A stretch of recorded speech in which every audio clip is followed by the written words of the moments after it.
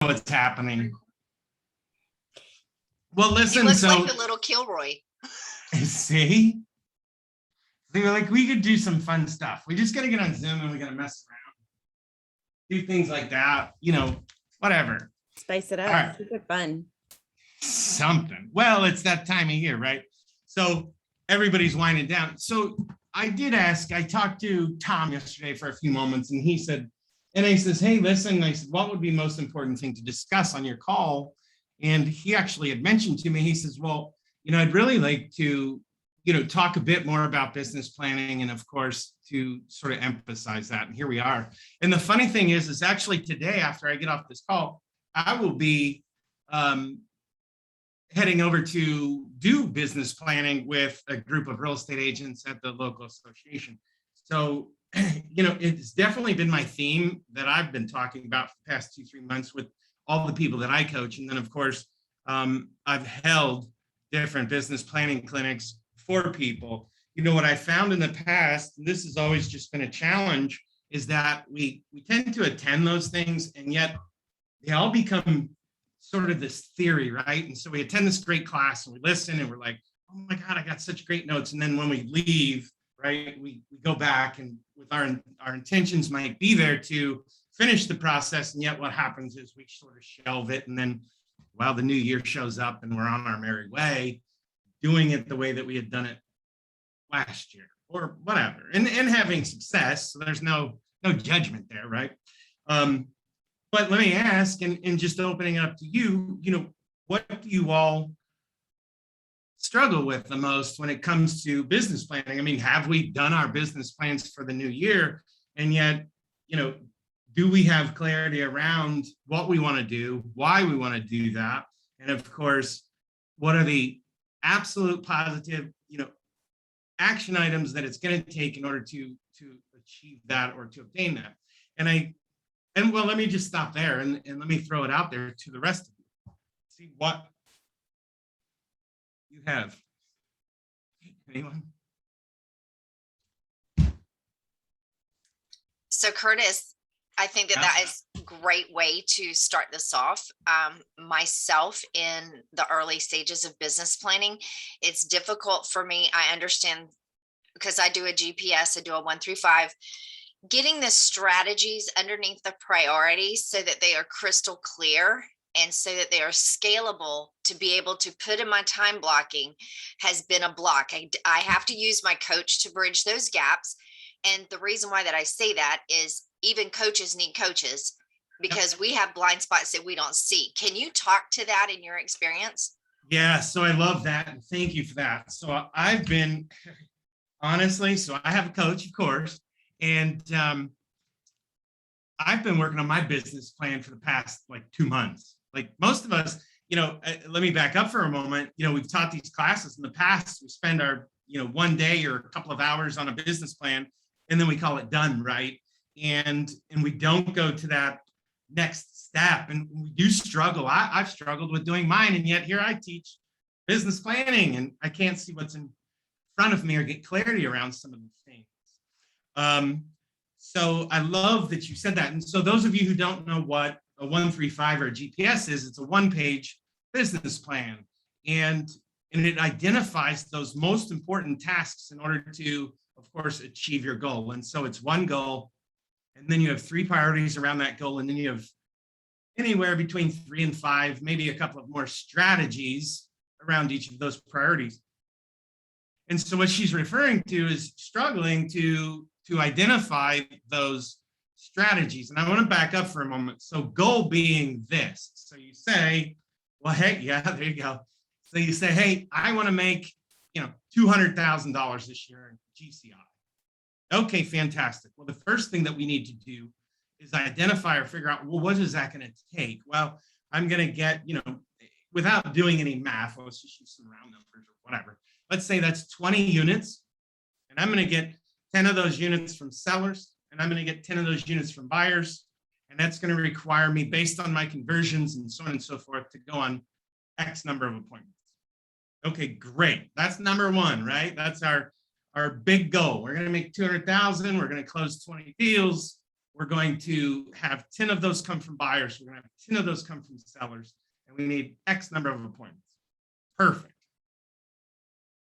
So then the priorities become, well, number one would be if my goal is 10 sellers, that would be a priority, 10 sellers.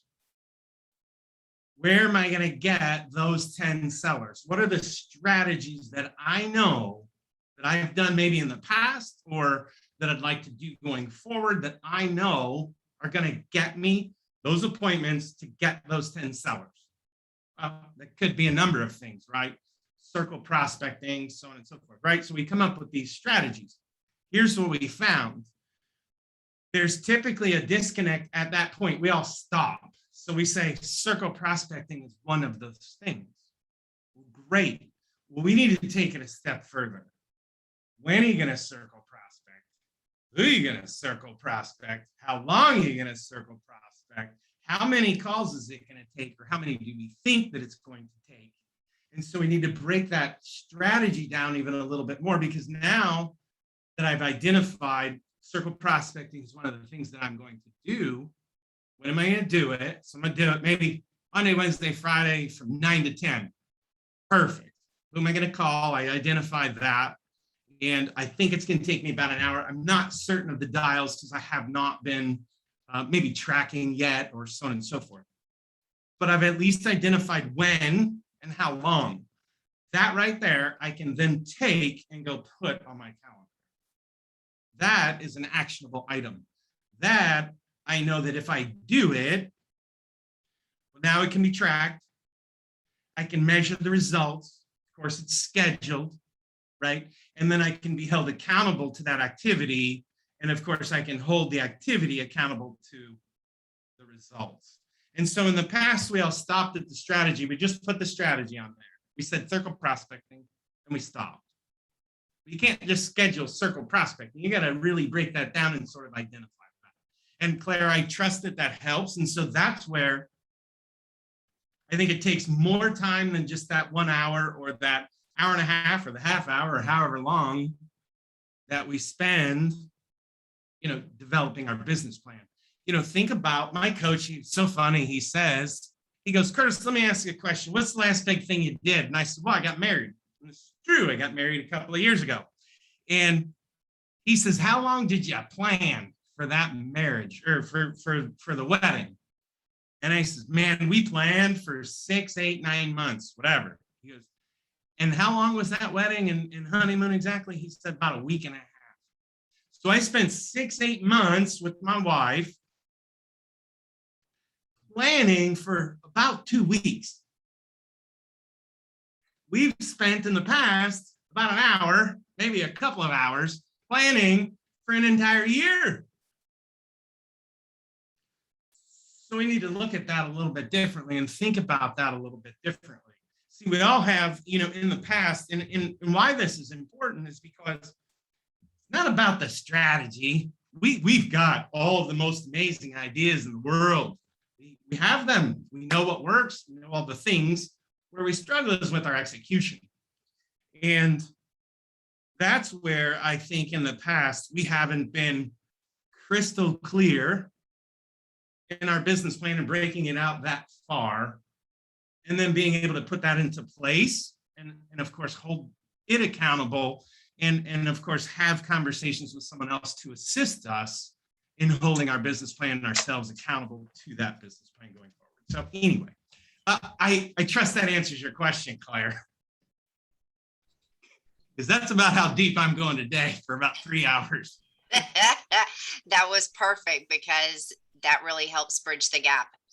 Yeah, right. So backing up to the priorities. So, 10 sellers, 10 buyers would be another priority, right? How many, because that's based on your income. If I get these 10 buyers, maybe 100,000 or whatever. And then that third priority could be something else, right? You could, maybe one of your big thing was to work towards, I don't know, developing your skill in your job, maybe, because that of course would facilitate you having more success with obtaining those buyers or sellers. Maybe it's developing a plan around marketing going forward and what that could look like. I know we've all sort of struggled with that from time to time. We know we need to be in that game or that arena at a high level, especially going forward. Maybe it's developing, a solid plan around cultivating and growing your database, whatever you have, even further. And we know that doing that could, of course, impact the 10 buyers and the 10 sellers. So it could be, a number of things, but at least making certain that those 1 or 2 priorities break it down to, these are the sellers I'm looking for. Now, what are my strategies? And oh, by the way, what's the plan around that strategy? So anyway, I trust that helped. Anyone else? Thank you, Claire. My pleasure.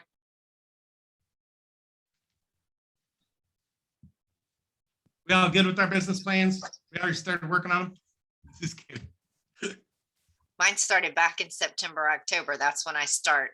So y'all need to hop in. What is up? This is Wednesday. It's Wonderful Wednesday. We've got the awesome Curtis here. Come on, y'all. At least my wife thinks I'm awesome. Just kidding. I hope, anyway. Still married. I'm just kidding. So you said, I think part of developing your plan would be your motivation. First is, put down your big why. Why are you doing it? You know what, yeah. Pete, I didn't even, obviously didn't even get into that. And yet, that's a big part of it as well, right? That's a big part of business planning. If you look at the ultimate success formula, and we've always talked about that, and I'll actually open it up when I talk about business planning today, with the ultimate success formula, and it being, number one is we got to get clarity, right? We got to define what it is that we want, okay? Then number two, we got to figure out the purpose. Why do we want that, right? Why do we want it, right? And that's where you're going with purpose and so on and so forth. Then it's strategy, develop a plan. We're all real good at that. We've got all the ideas in the world and so on and so forth, right? And then it gets into priority. And that's where we've got to prioritize the activities, because oftentimes we put on our business plan a bunch of stuff that doesn't necessarily move us forward or inch us towards that goal any further. And so we've got to definitely identify those things and live by priority. And then, of course, action, we got to get into action. And then the last thing is we got to measure results of success. We measure results so that we can, of course, make adjustments. But, purpose or defining our why, figuring out our purpose happens to be a really big part of that, because you can throw all the big goal out in the world and it won't mean anything to you if you haven't figured out sort of what's that why or what's the whole purpose driving me to do that or to get that or to, because that's the thing that keeps you fighting. That's the thing that when you don't feel like getting out of bed or you have some terrible phone call with some other real estate agent, that's the thing that just keeps you moving forward, right? And so very important to figure that part out. And if you haven't, I don't know, start writing some stuff down, and here's what happens. Time brings clarity, and getting into action will bring you clarity. So if you have no idea what that is, just start thinking about it. And there are some different exercises you could go Google that might help trigger some things and so on and so forth. But at least start, and hey, it could change, whatever. Like I said, time brings clarity, and getting into action over time will bring you that clarity that you desire if you haven't quite figured that part out yet. So great, thank you. Hey, Curtis, I just want to add something onto that. When you take action, your mind is focused on doing the action instead of letting the floodgates open with all the, excuse my French, bullcrap come in, and flood over your head. The wormholes that you get sucked into, whether they're in life or on the internet or wherever. When you take action and you're focused on the action, you get things done. So I found it easy for me to make certain points of the day action points, right? At the top of every hour, I have to make sure I do something actionable. toward my business Sure. because I'm limited in the time I'm allowed to do work on my business. So in order to get stuff done, I have to do that. Keeps my focus. Yeah. It's like what you're No, I saying. love you know what? I love that. And you know, I'm certain that you've all either heard of it, read it, whatever. But the one thing, right? And Yeah. so part of, yeah. And so, you know, if you look at it and right on the very front cover, it says, Exclamation point. what the guide to achieving extraordinary results, right? And so, and it talks about that. It talks about, you know, figure out your purpose, then you get into action, and it does. It causes you to block out things, other things. We've all got the same amount of time. And it's the one thing we don't have an unlimited amount of. Right. It's like 24 hours in a day. So yeah. Yeah. So many minutes, so many hours, whatever. And so, you know, we allow for, unfortunately, when we're not focused and we're not into action, we allow for all these distractions and we wind up. And there's actually an example in the book that talks about us losing about 2/3 of our day to distractions. And it just is what it is. We do. And so we have to, you know, there's all sorts of ideas and things that you can do around that to of course, minimize that, which makes you more successful. But if you ever notice the most important or the most successful people, you look at these people and you say, well, man, that guy, he makes it look so easy, right? He's successful. He makes it look so darn easy. Well, that's just because he's got a big purpose and he's so focused on that action, right? That thing that, you know, he knows that's most important. And the rest of it just doesn't matter so much. And so anyway, if you haven't read that book, I suggest you read that book. Great book called The One Thing, written by Gary Keller and Jay Papasan. And it's about achieving extraordinary results. And so it does talk about that. So thank you for that. And there's also an audiobook for those of you who need time in the car. That you can listen to on 2 times the speed, which makes it go even faster. Which is great because people actually like it when you speak faster. It's funny. Yeah. I was reading a study the other day that there's a guy on YouTube who's really successful, and when he sets his videos up to upload, he increases the speed to 2 times. So wow. Because he says, he said, normally I don't speak very quickly, but what you're seeing now is me speaking quickly because I have it on fast speed, and you know, and that's the whole video, and it's like, it's amazing, you know. And then he was talking about the study that they were doing and how people tend to, if you speak slowly and you speak like you're trying to make a point, people tend to do a lot of that, you know. But if you speak really quickly, people are just like, I don't want to miss anything. Yeah. Right. So gotta pay attention. Speed it up. Yeah. It's really funny. I love that. No, that's perfect. And it makes total sense. Go ahead. Curtis, I want to first of all thank you for being here. I really appreciate all your effort and what are you sharing. It's very crucial to find that why. And I think people don't, you know, it's very hard to wrap your head around it. And I had that issue, you know, 2-3 years ago. I'm very successful at what I do, but then I had to really dig deep and really find that why. And it could be something very small, something very minimum. It doesn't have to be a major number. The other thing I want to really point out and bring to everybody's attention is today is the 8th. Doesn't mean that you got to wait till January. Start today. Implement today. By January, this will be a habit. I'm going to lose weight. January is going to be my resolution, and I'm going to do this. No. Start now. When you get there, you're past that stage. Your mindset's already, you know, it really takes you 21 days to really create a habit. You know, we humans are wired very differently. You know, I started doing something very unique with my habits, my eating habits, and I wanted to start 2022.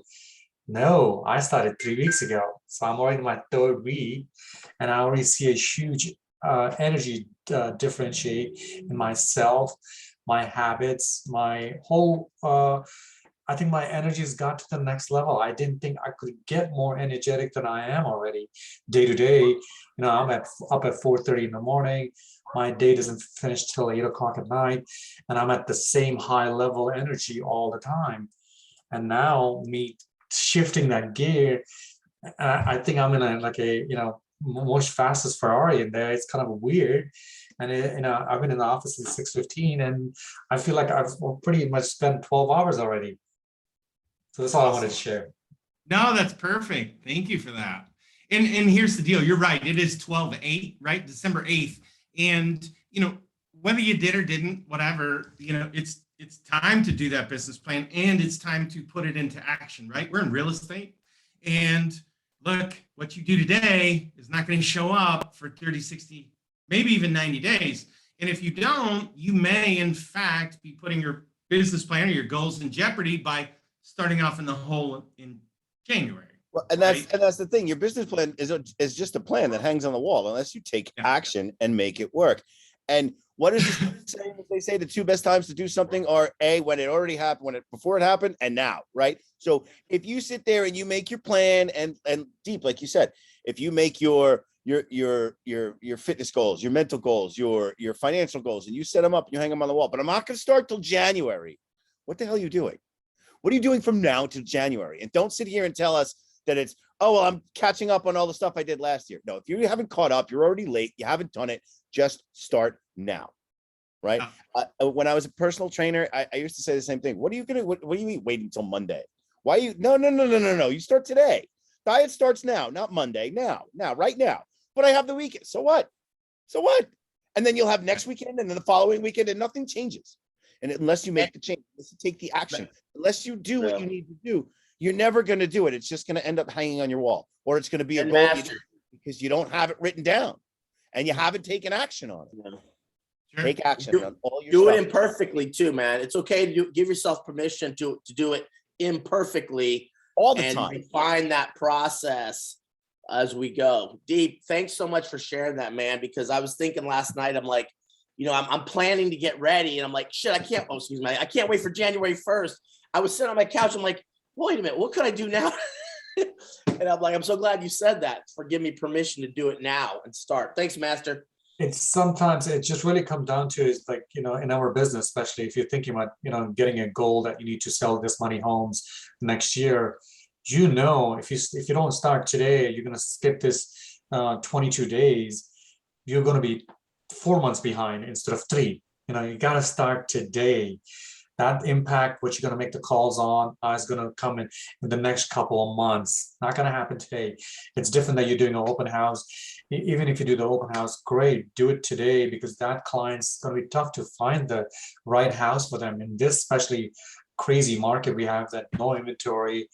Luckily, it is slowing down for us. I see less multiple offers and situations, seeing properties staying on the market longer.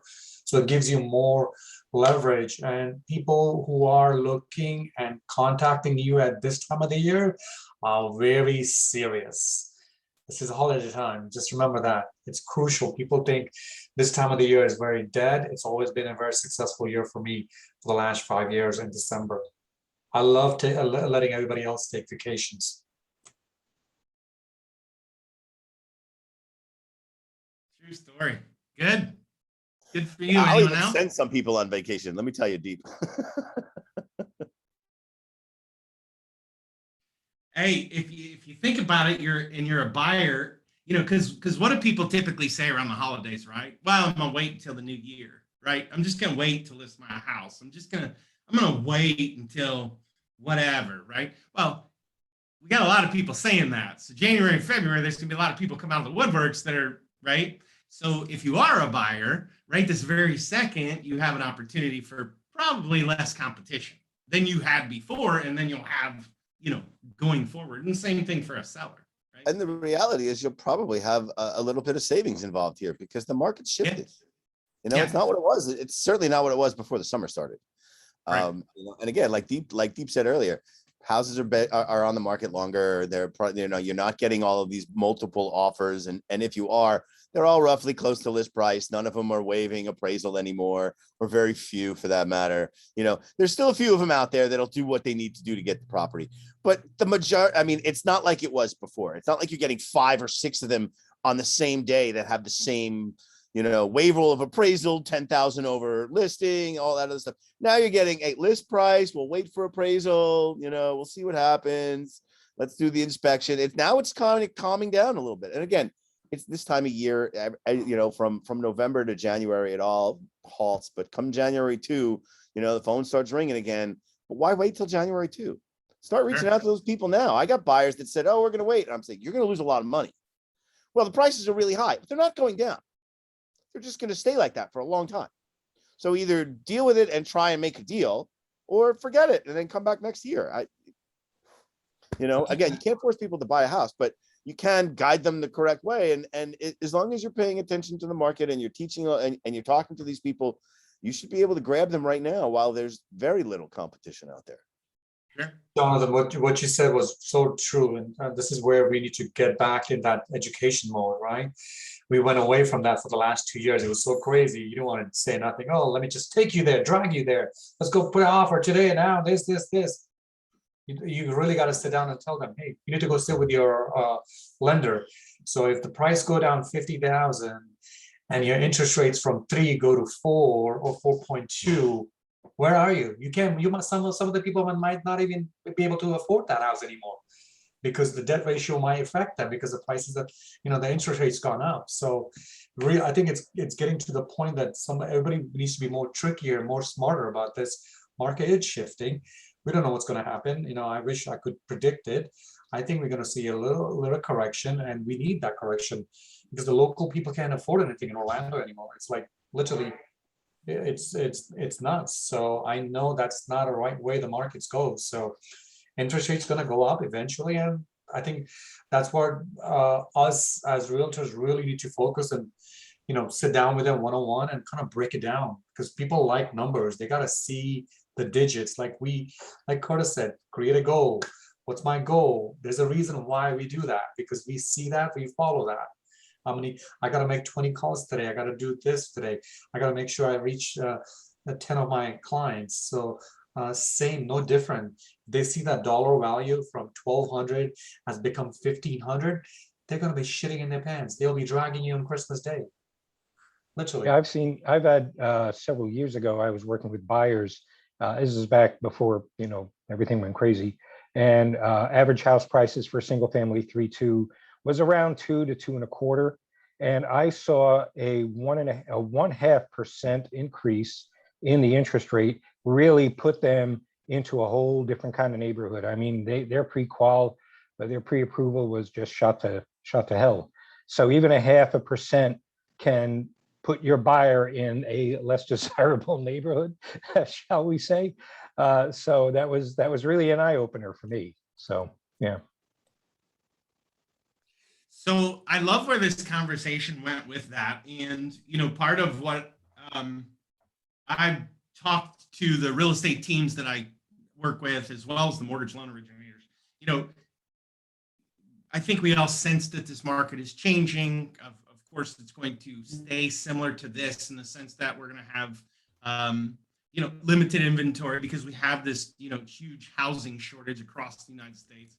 So we're not going to see that change. We may see some downward pressure on some prices, or maybe the appreciation flattening and so on and so forth. And yet it's pretty much probably going to look like this going forward. And with that being said, this is why I've been talking about business planning for the past 3-4 months, and I'll probably continue to talk about it through the entire first quarter, because what typically happens, we do our business plan, we stick it in the corner or over here somewhere, and we forget to look at it ever again.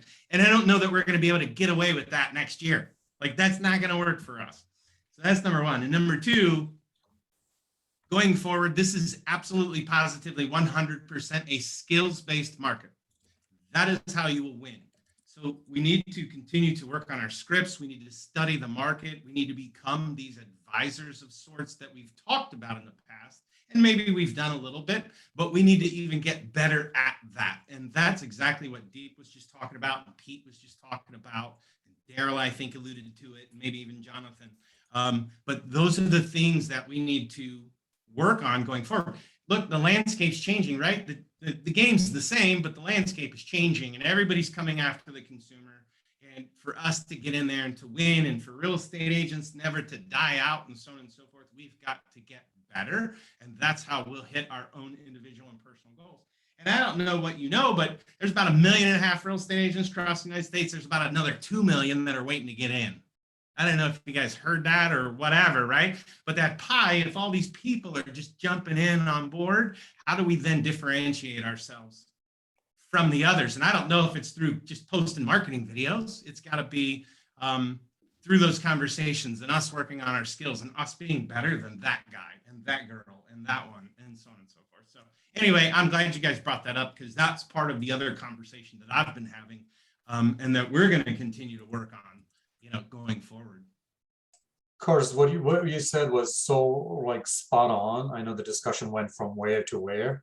That's okay. That's exactly what happened in the last crash, right? We all Yes. went to, I'm not sure, most of the people might not be there. I was in the part of that.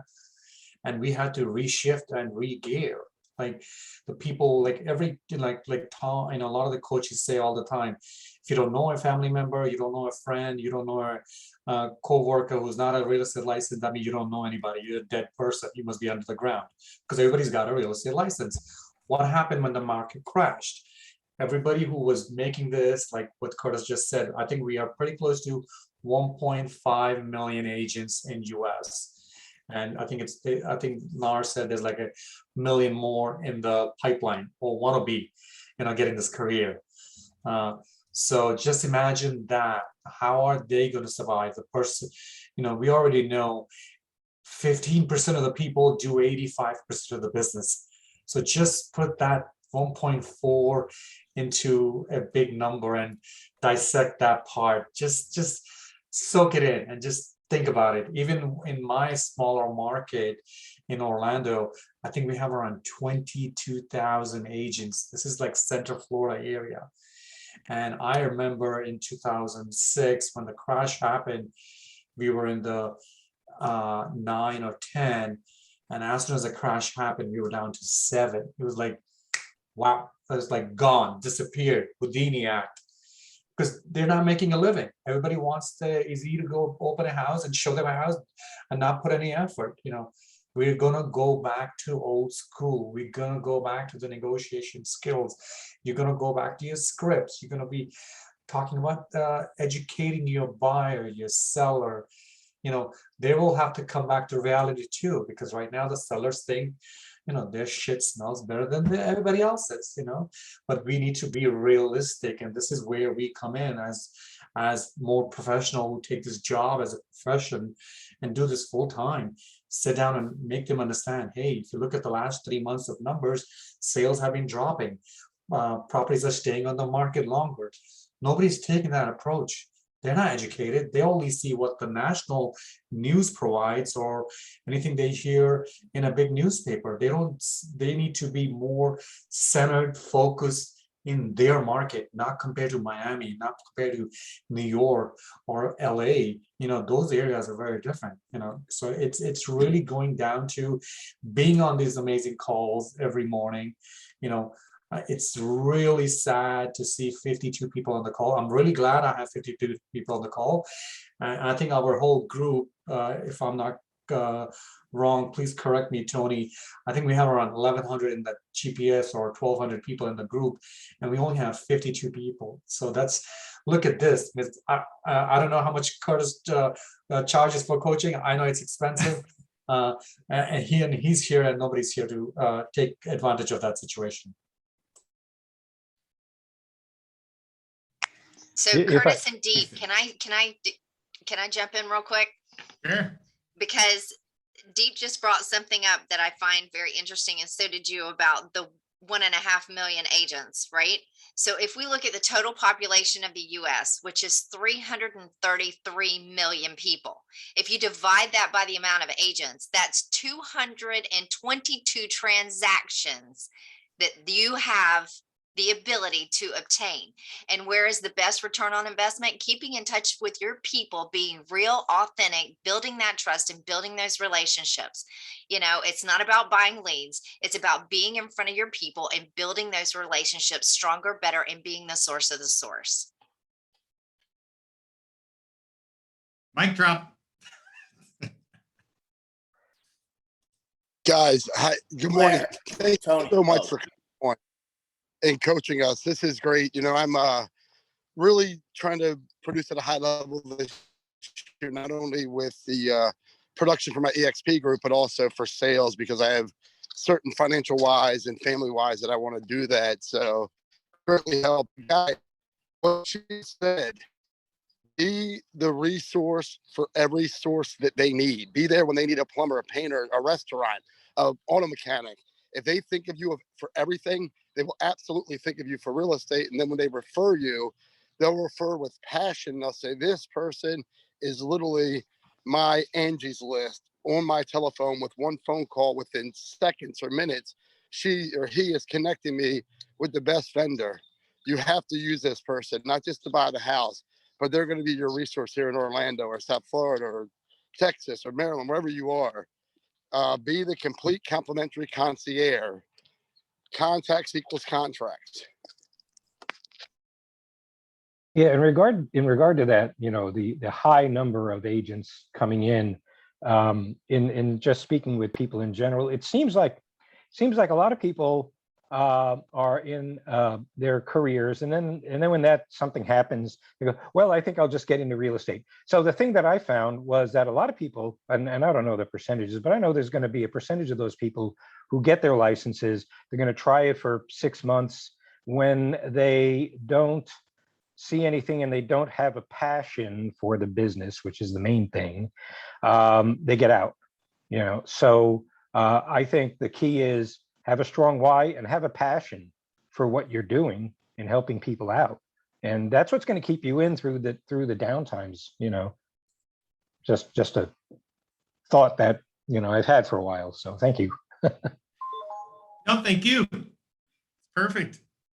And you know what I think, and I love where you said that. You know, part of what I was talking about as well was, you know, oftentimes we're playing that short game. We're just, you know, running to the next deal and so on and so forth. And you got to play that long game, where you are in it for a career and as a profession and so on and so forth. And so you are looking at the business differently and you're developing relationships. And I loved what somebody just said about being that resource for all their people. You know, how do we continue? Like, for instance, you close a transaction, are we one and done? Or do we continue to provide value to them, you know, long after that transaction, right? And that's how we stay in relationship with them. That's how we get referrals from them. That's how we, right? How we get repeat business from them. So I loved being thought of as this personal Angie's List person, or the mayor of your town, or the mayor of your tribe, or whatever you want to call it. If I were to, I know that if I were to, you know, I haven't sold real estate in a number of years. My wife sells, and so I hand her the referrals that I receive. And yet, if I were to jump back in immediately, it would be to build a database. Like, I would be talking to minimum 20 people a day and adding 20 people to my database and just having conversations, providing value. And I would just continue that moving forward. And certain with that strategy, that I would close 30, 40 transactions in a year, right? Hands down, because it works every time. If you look right now and you look back to your past year, I'll bet most of you, because it's most of the people that I was doing business planning with, I say, well, where'd all your business come from last year? Most of them will say, you know, when they break it down, they'll say, well, I got a couple from whatever, Realtor.com, Zillow, Circle Prospecting, Open House, blah, blah, blah, blah, blah. But the majority of their business, and hands down, it always is referral. It'll be like 50%, maybe 40, but it'll be the lion's share of most people's businesses. And it should be that way. And then I always followed up with a question. I said, well, what did you do to earn that business? Well, they were amazing real estate agents the first time or whatever. And I get that. And y'all did a great job with that. And yet what I really meant by that was, what did you do after the fact? So you closed the transaction for them, or you are friends with them and you put them in your database. But did we communicate with them regularly? Did we provide value to them? Did we give them the service provider list? Did they know that they can rely upon you for all things real estate? Did you take them to lunch once? Did you call them for happy birthday? Like, did you do anything? And usually the answer is no, I didn't really have any sort of strategic plan around all of that. Well, I would make that part of my business plan going forward, because that if you did 20 deals last year and 8 of them came from referrals and database, friends, sphere, whatever, awesome. But had you actually had a really strategic plan that you had implemented, could that have been 16? Could it have been 20 and you could have done 30 deals? Like, what would the number have been? Like, if we actually put some effort into it and had a strategy and a plan around that, what would that have looked like? I don't know. And for everybody, it's different. And I saw somebody pop up on the screen. They go, that's me, laugh out loud. Hey, it's all of us and there's no judgment around it. But that's how we win going forward. That's how we keep them away from that 1 million agents that are jumping into the business that think they can come sell real estate. That's how we keep them from surfing on Zillow and all that other stuff. Or maybe they surf on Zillow, but then they still call us or whatever. But you get where I'm going with that. So anyway, just sharing that with you. Somebody laugh out. Thank you, Deborah.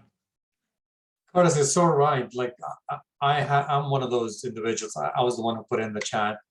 Yeah. My business, I would say 80% of me and Alina's business is referral. It's awesome. It's the next level. But I lack in keeping in touch with them. It's surprisingly enough that I still get that much business.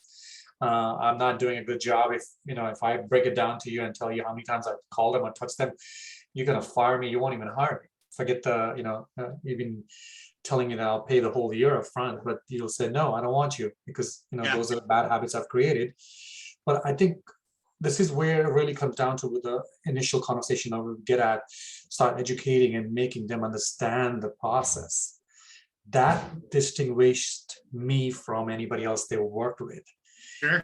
Holding the hand and walking through the process when it comes to the inspection, making sure the lender's being on time, making them understand the documentation properly. I know a lot of the coaches might think I'm wasting too much time and effort on those. I should be producing. I'm a rainmaker, and this is all I should do. But that's what's kept me in the game, for 17 years. Sure. That's what's got my referral up to that 80%, and we decided in the last minute, we decided to do a appreciation party. I've never done one. I've done small groups of people, and we sent out, I think, 110 people. And I thought we'll get 25, 30 people. I'll be surprised. As of today, I have 75 people. I haven't even made a call yet. So if I start making the call, I know we're going to run pretty close to 100, 100 and maybe more. Sure. But so that tells me enough, and that my team has done a great job. Like, we've impacted them in some level that I'm scarred them in a good way, so they don't forget me. So they never think about a different agent or somebody on Zillow or somebody selling a flashy car or somebody's doing a YouTube video. There's nothing wrong with that. It's a great aspect of business. I'm trying to do that myself, but it's really it's something people need to just soak it up and really analyze it and say, you know what, this is what I need to do. Yeah. How do I do that? Sure. Steve, can I share something really quickly? So your great service is first and foremost, and it has to be there, or they're not going to call you again or ever refer you. So first and foremost, take a note from Deep and really break that down, the order of the day, the order of the deal, explain things. When my parents would say, you need to help me Saturday morning, clean up around the house, move some things, it would never tell me how long it was going to be, or at least what we had to get done. I hated it. But if they broke down, these are the 6 things we're going to get done, this is how long it should take, but if you get it done faster, whatever, then I had something to map it out with. And I just remember how much I like that. And so I believe Deep, other people love being shown what's going to happen before it happens. Now, Deep, when you don't contact people after the call, your great service is going to still remind them to call you when they're looking to buy. But what you're looking for is the 500 other people that they know. When you contact them after the call, you have quarterly parties, you call them on their birthday, you do the things a friend would do for another friend, then they'll run around and become your advocate. In the real estate business, if you have 20 advocates running around, you're making $1 million a year. And all you're looking for are the givers, the people. Some people you're going to give, invite to the party, they're going to come eat your food, they'll be takers. They'll never refer you. but the givers will stick out, and then you'll make your bullseye of who they are, and then highly pay attention to them. Lunch 3 or 4 times a year. Make sure you're hanging out, taking them out on the boat. And that's really how it works, guys. Sure. Thank you, Tony. 100% true, Tony. 100%. That was spot on. I totally agree with you. I think being impactful is great, but taking that next step is even better. Means, because that kind of, they become your ambassador. You don't have to do anything. Any leads that come through, I literally am as blunt as they come, and everybody knows me. I'm pretty, what you see is what you get. It's like a glass of water. You're not gonna, there's no flavor in it. It's exactly what you're gonna get. Not like my scotch, those are very different. But that's it. Take that approach, and people appreciate that. People, and we need to understand one thing in our head. I know some people are going to look at me and roll their eyes, and they're going to say he's making this comment because he's been in the business long enough. You really want to work with somebody who's going to lift you, who's going to, you're going to feel good about calling that person. The day you start dreading that call to that client, you're impacting the other 2 clients that's really good to you and not providing them that service. So sometimes it's not bad to let go the bad, take the apple out of the bunch and work on the other good ones there.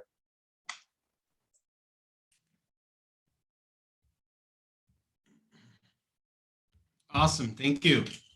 So I just read from Claire. So Claire said that falls right into your business planning, which is database nurturing and contact them on a continual basis. I think we all struggle with that. Correct me if I'm wrong, for the most part, at least doing it consistently and nurturing and all the things, right? And so I'll just tell you quickly, there's an agent that I know that's out in like Oklahoma or whatever. And I might have shared this with you in the past. Maybe I did, maybe I didn't. But so I asked her about her business. I'd met her up in Tampa, and I says, hey, tell me about your business. I knew she was a small little team. She got like 3-4 people, and they do like 200 units a year out in Oklahoma, in Tulsa, in fact. And I just said, well, tell me about that, whatever. And she says, oh, we do it all from our database. It's all referral and repeat business and blah, blah, blah. I says, wow, that's amazing. I said, what do you do? And she says, well, here's the deal. She learned it a while ago from a coach or from someone. And part of her business plan, so she does all her business planning with her group and stuff like that. And then what she does is she has a specific plan for her database at this time of year, like right now, not next year, but right now for next year. And it's got all her events that she's going to do on it. It's got, some birthday card things out, whatever. It's got the phone calls that she's going to make. And then, of course, it's got a database nurture program of sorts or whatever. And she said what they do in their business planning is they whip out a calendar for the entire year and they calendar it all up. And then she said, the only thing that we do is we just work our plan. So we don't have to there's no guesswork. She's not trying to put it together at the last minute. It's just mapped out for the whole year. So she knows in March, we're going to do an event. It's already planned out. She knows in April, at the end of April, that we're going to be calling our database for the event in March. She knows, like, it's just mapped out on the calendar, detailed out exactly how and what they're going to do and when. And she said, and then when we get to January, we just begin to work our plan around our database. And that's what we do. And we grow it every year by 200. And we just continue to do that over and over and over again. She still does it to this day. So that's what Deep, you were talking about it, saying, well, not that. Here's the thing. I know you probably threw that event together. You're like, hey, man, we should do an event. And so you threw an event together and you're having tremendous amount of success and response and so on and so forth from that. I would make, go ahead and plan out what next year's going to look like today, right? Like today, what the whole year is going to look like, when we're going to call them, what we're going to do, when we're going to do it, are they going to be in the drip campaign? Are we going to mail anything? Are we going to do news? Whatever. And just roll with your plan. And who knows what that could look like for you. Anyway, that was my 2 cents for the day. And everybody wants an invite, Deep. Yeah, Deep. What the hell? Sorry, we're sold out. Red and I are a little sore over here. Little? Oh my gosh, get over it. Yeah, you know, Deep, I know why you're getting all that business with that soothing radio voice you have. I can just see you. This is Deep laying out your real estate. Thank God they don't see me, right? Get on here, guys. We'll take care of your mortgage. Right, We'll Deep, you have a face for negotiate. radio. That's what they say. That's right, man. He's got that soothing voice. I'm okay with that. Howard Stone has a face for radio too, so look at him. That's it, baby. That's it. And he's the king of all media, right? So let's be real. Curtis, All right. thanks Anybody- again for coming on today, man. Yeah. Anytime. I always appreciate being here. It's always an honor and a pleasure, privilege. It's That's also for nice sure. to get fresh meat. George's face is just Enough. Yeah. seeing that thing every day.